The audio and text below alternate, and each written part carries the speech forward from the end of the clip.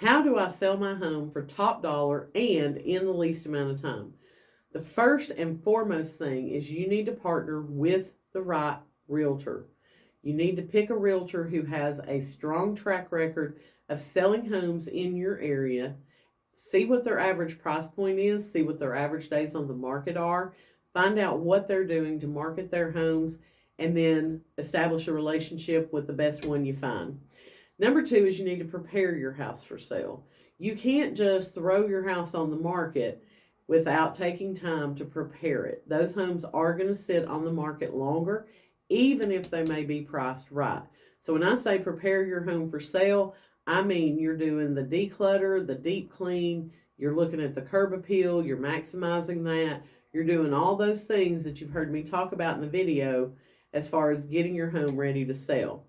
You also need to consider staging your home. I'm not talking about hiring a professional stager, although you're welcome to do that.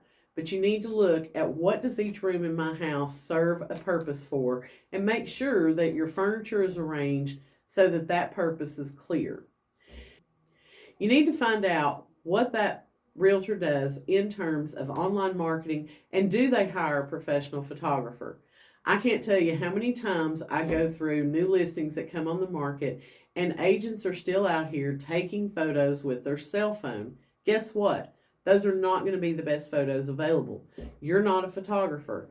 The realtor was not a photographer. You don't know the best lighting options or the best angles to make the home look great. So make sure when you're interviewing your realtor that you find out what do they do to advertise the home online, and are they paying for a professional photographer. No realtor should ask you to pay for your own photographs. Next, you're going to talk to that realtor about your pricing strategy. Where do you want to be? Obviously, you don't want to leave money on the table, but you also don't want to overprice your home and then have to reduce the price to get a buyer interested. So strategy on your pricing is going to be crucial. Market analysis and timing is your next step. They say there's no timing the market, and I will agree with that. But statistics do prove that listing a house on a Thursday or a Friday tends to bring more activity to that house, and they will typically go under contract quicker.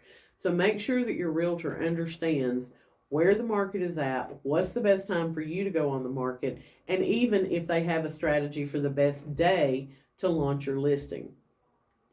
What is your realtor's listing strategy? Is it put a lockbox on, put a sign in the yard, stick it on the MLS? If so, you need to talk to a few more agents.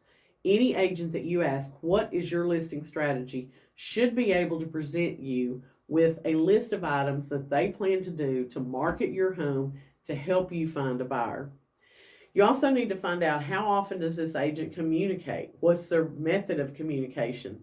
If they're a texter and you're a caller, that might not be the best relationship.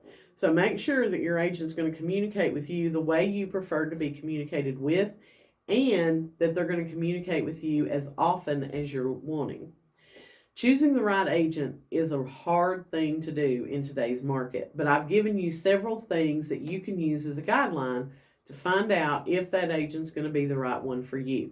If you want to save yourself a lot of work and hire the right agent right off the bat, be sure to give me a call. I'd love to work with you to help you get your home sold in 2024 for the highest dollar amount in the least amount of time.